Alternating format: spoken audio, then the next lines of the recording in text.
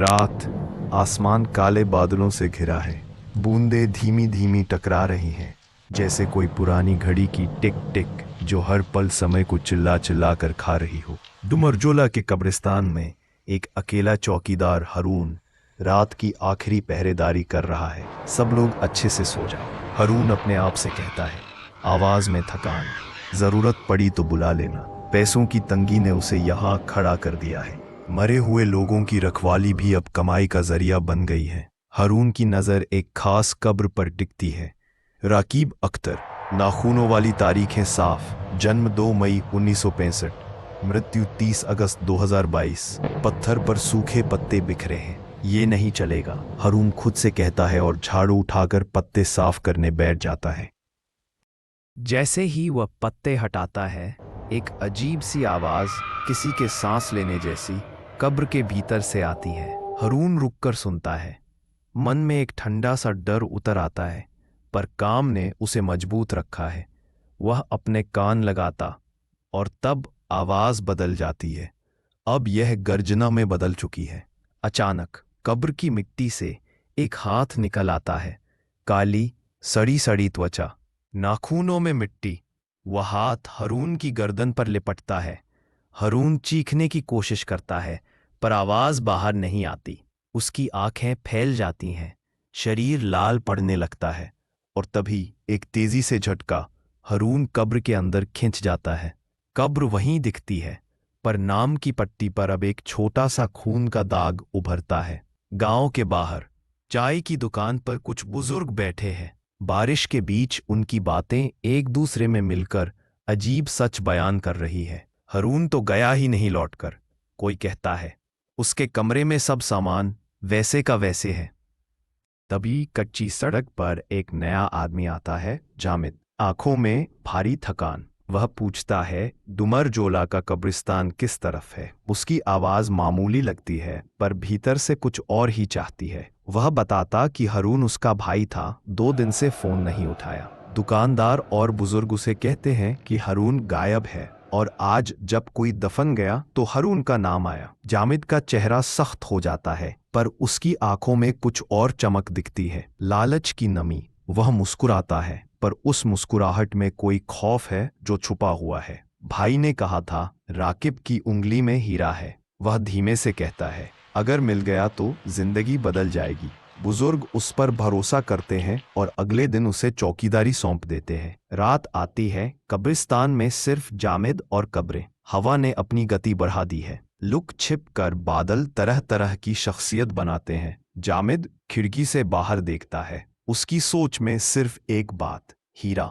वह धीरे धीरे उठकर कमरे के कोने से कुदाल निकालता है और बाहर निकल जाता है। बारिश की बूंदें उसकी पीठ पर ठंडी ठंडी चुभती है, पर उससे कोई फर्क नहीं पड़ता। पश्चिम दिशा में एक इमली का पेड़ और उसके पास राकिब अख्तर की कब्र। जामिद उसे पाता है, पत्थर तोड़ता है, मिट्टी खोदता है, और जब कब्र खुदती है, वो देखता है एक सफेद कपड़े में लिपटी लाश। खून ताजा लगता है। उसकी उम्मीदें उछलती हैं, हीरा तो दिखेगा। पर कपड़ा हटाते ही जामिद का दिल थम सा जाता है। लाश हरून की है। वह बहती हुई, टूटी फूटी, आधा सिर बाहर, शरीर के टुकड़े गायब। जामिद के हाथ से कुदाल फिसल जाती है। भय में उसका मन कांप उठा। तभी पास के एक और गड्ढे से मिट्टी हिलती है। एक सड़ा गला शव उठकर बाहर आता है। उसकी आंखों में खाली गड्ढे हैं, 2 काले खड्डे, मुंह से कीड़े रेंग रहे हैं। वह खड़ा होकर अपना सड़ा हुआ हाथ जामिद की ओर बढ़ाता है, और उस हाथ में हीरा चमक रहा है।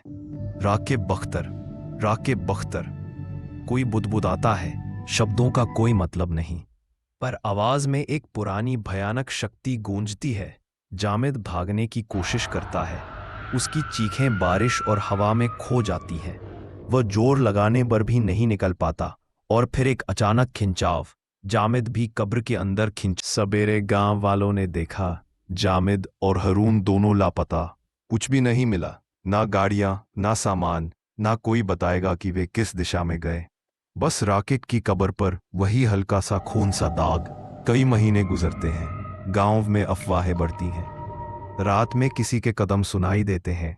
कब्रिस्तान से रोने सी आवाजें आती हैं, और जो लोग रात में तजुर्बा करके गए वे कुछ दिनों के भीतर गायब हो गए या पागल हो गए। प्रधान बाबू के घर पर इकट्ठे लोग फैसला करते हैं कब्रिस्तान की उस कब्र के पास एक बड़ा ताबूत किया जाए।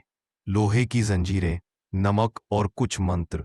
लोग सोचते हैं कि शायद इससे सब ठीक हो जाएगा, पर किसी ने नहीं देखा कि जंजीरें खुद ब खुद ढीली हो जाती हैं, नमक हवा में उड़ जाता है और मंत्रों की आवाज एक दूसरे में घुल जाती है, जैसे कोई संस्कृति जिसका एहसास मानव से परे हो धीरे धीरे लौट रही हो। और फिर एक रात वही पुराना चौकीदार एक अजनबी गांव में आता है। वह किसी वैज्ञानिक शोधार्थी की तरह दिखता है, पर उसकी आंखें जानती हैं कि वह यहाँ क्यों आया है। वह कब्रिस्तान जाता है, उसकी धड़कन शांत है पर कदम ठोस। वह चलता है राकिब की कब्र की ओर। वही दाग, वही खामोशी। वह थोड़ा रुकता है, अपने बैग से एक छोटा शीशा निकालता है, उसमें कुछ सफेद सा पाउडर। वह कहता है, हम सब भूल गए हैं, कुछ संस्कार ऐसे होते हैं जो सिर्फ अपनी जगह पर रहते हैं, लेकिन कुछ चीजें खाना नहीं चाहती, वे बाहर दर्द के रूप में आती हैं। वह थोड़ा नमक छिड़कता है, पर उस नमक में भी कोई अलग चमक होती है। एक धीमी चीख बाहर निकलती है, जैसे जमीन खुद बोल रही हो। फिर अचानक मिट्टी में हलचल और उसी पल बाग की झलक। लोग कहते हैं कि उस रात कुछ देखा नहीं गया, पर अगले दिन उस अजनबी का बैग वहीं पड़ा मिला। खाली था। बैग के पास एक छोटा सा पत्थर मिला, उस पर कुछ अंकुश के निशान। और लोगों ने सुना, रात को जब बारिश नहीं भी थी, कब्रिस्तान की तरफ से लगातार किसी मोबाइल की तरह धीमी बीप बीप सी आवाज आती थी। नहीं जान पाया कि आवाज किस बात की थी, पर जो भी उसे सुनता वह कुछ नया समझ जाता। कुछ कब्रें सिर्फ दफन नहीं होती, वे भूखी रहती हैं। किसी ने कभी बताया कि राकिब अख्तर क्यों चुना गया? क्या उसने किसी से धोखा किया था, या क्या उस हीरे की लालच ने उसे और गांव को ही अपनी शिकार बनाया?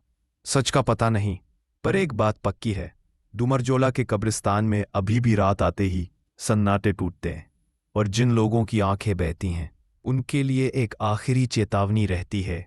कोई भी चीज जो मृतकों के साथ नहीं रखी गई कभी भी सुरक्षित नहीं रहती। और